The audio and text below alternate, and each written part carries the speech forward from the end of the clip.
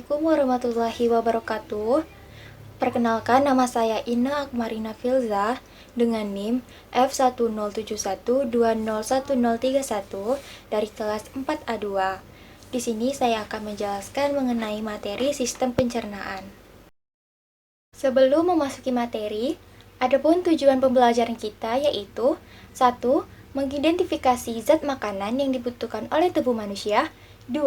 Menjelaskan kandungan zat makanan yang diperlukan oleh tubuh manusia. 3. Menguraikan fungsi zat makanan bagi tubuh manusia. 4. Mendeskripsikan dampak kekurangan gizi bagi tubuh.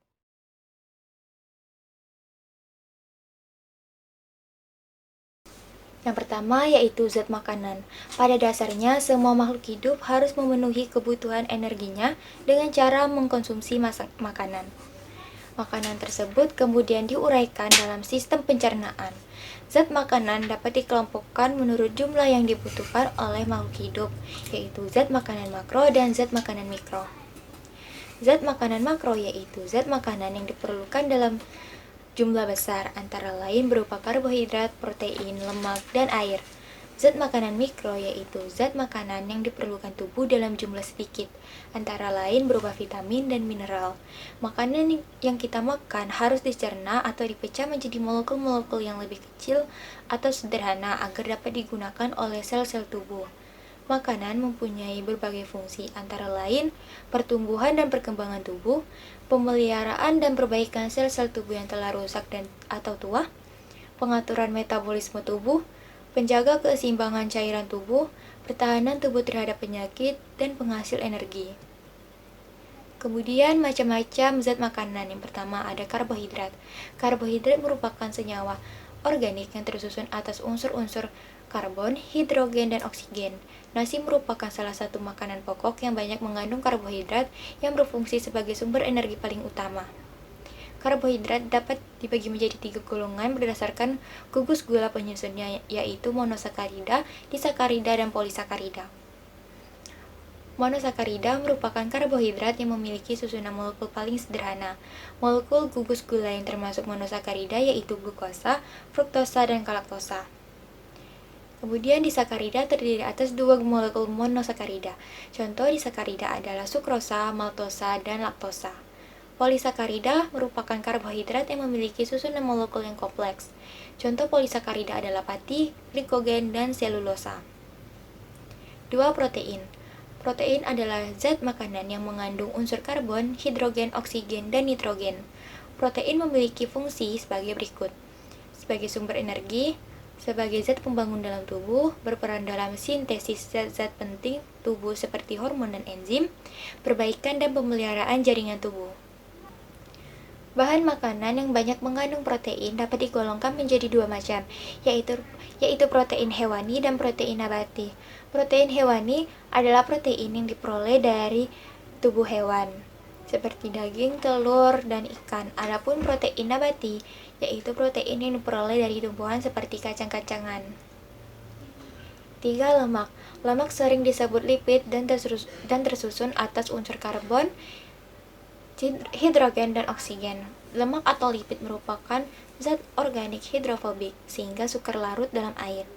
Namun, lemak dapat larut dalam pelarut organik seperti ether dan kloroform. Lemak merupakan makromolekul. Di dalam satu molekul lemak terdapat 1 molekul gliserol dan 3 molekul asam lemak. Asam lemak dibedakan menjadi 2, yaitu asam lemak jenuh dan asam lemak tak jenuh. Asam lemak jenuh banyak terdapat pada daging, susu, keju, dan mentega. Sedangkan asam lemak tak jenuh banyak terdapat pada minyak kedelai, minyak kelapa, ikan, dan minyak goreng. Fungsi lemak bagi tubuh adalah sebagai sumber energi, sebagai pelarut vitamin A, D, E, dan K, sebagai pelindung organ-organ tubuh, sebagai pembangun bagian sel, sebagai cadangan makanan. 4. Vitamin. Vitamin merupakan senyawa organik yang diperlukan tubuh untuk memperlancar metabolisme dan tidak dapat disintesis oleh tubuh.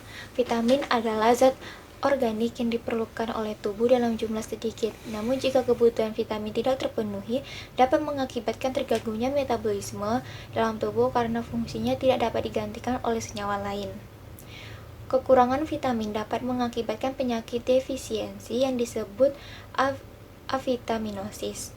Meskipun diperlukan dalam jumlah sedikit, vitamin memiliki peran sangat penting bagi tubuh, seperti untuk kesehatan mata dan tulang.